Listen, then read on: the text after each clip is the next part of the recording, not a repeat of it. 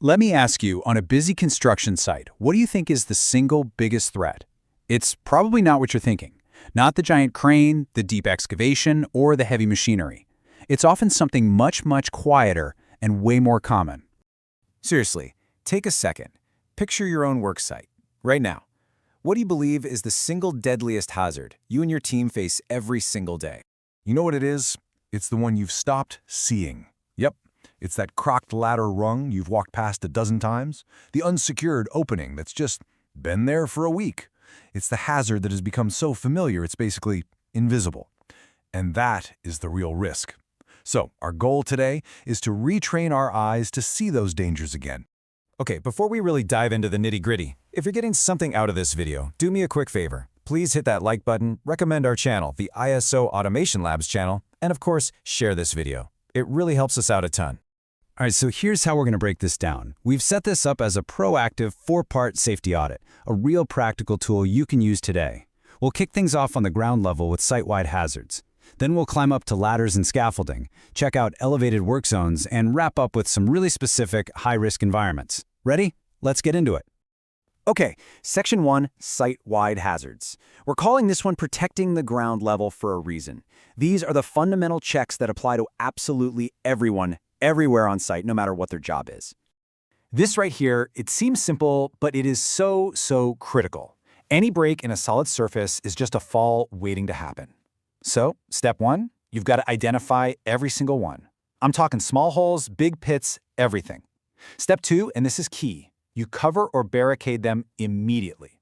Not tomorrow, right now. And when it comes to lift shafts, absolutely no exceptions. They need secure barricades and protective gates, period. And you know, it's not just the structure of the site you have to worry about. The environment itself is a huge, constantly changing variable. A sudden gust of wind? That can be a disaster for someone on a ladder. Working late without good lighting? You're just asking for trouble. And think about this. Something as simple as muddy boots can cause a fatal slip. This checklist is all about anticipating these dangers, not just reacting after something's gone wrong. All right, let's head into Section 2, Ladders and Scaffolding, or as we're calling it, the rules of the rung. Now, this is where we get into some really precise measurements, because as you know, when you're working at height, every single millimeter counts. Look, this is not a nice to have. This is a mandatory weekly routine. Every single ladder on site gets inspected. You're hunting for cracks, loose nails, loose screws. You're double-checking that it's on firm footing and anchored properly. If it sways or sags even a little bit, that is a huge red flag. The rule is dead simple. If a ladder's busted, you either fix it on the spot or you get it off the site. No second chances. Okay, time for some numbers you absolutely have to burn into your brain. First one up, 220 millimeters. Got it? That is the absolute maximum gap you can have between the very top rung of a ladder and the floor level you're stepping onto. Any more than that, and you've just created a massive trip hazard at the worst possible moment. Next number you need to know by heart, 900 millimeters. This is the minimum height for any guardrail on scaffolding or a platform. It might not sound like a lot, but that specific height is designed to be above most people's center of gravity. It's the standard that can be the difference between a little stumble and a life-changing fall. And our last key number for this section is 100 millimeters. This one's a perfect example of how a tiny detail can have a massive impact.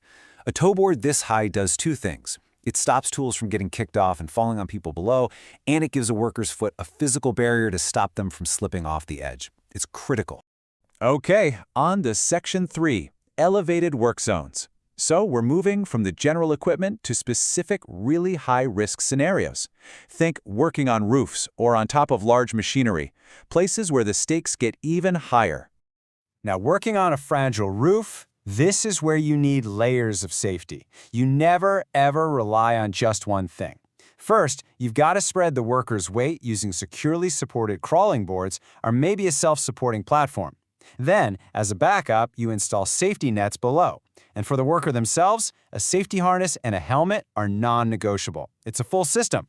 And this isn't just about operating things like cranes or big trucks. It's about the very real risk of falling from them during maintenance or setup. So creating safe access with things like railings, catwalks, and wire mesh is absolutely key. You have to inspect all platforms to make sure they're stable and properly anchored. And yeah, you guessed it, just like any other work at height, safety belts and harnesses are mandatory. All right, let's get into our final section, number 4, high-risk environments. These are the kinds of jobs where your standard procedures just don't cut it. You need highly specialized safety plans for these. This slide is great because it shows two very different high-risk situations side by side. On one hand, you have work near water. The main danger? Drowning. So what do you need? A trained rescue swimmer who also has first aid skills. That's non-negotiable. But then you look at sewers or tunnels. The threats there are inevitable. We're talking foul air, contaminated water. For that, you have to strictly follow the specific regulations from the authorities.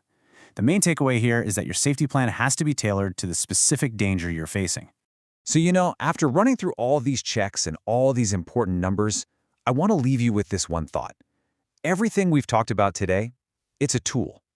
This checklist is an incredibly powerful tool to guide your actions.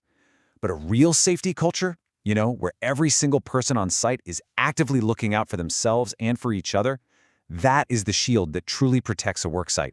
Because let's be honest, knowledge is only powerful when you actually use it. So I have one last question for you. When you get back to your site, what is the very first thing from this list that you were going to check?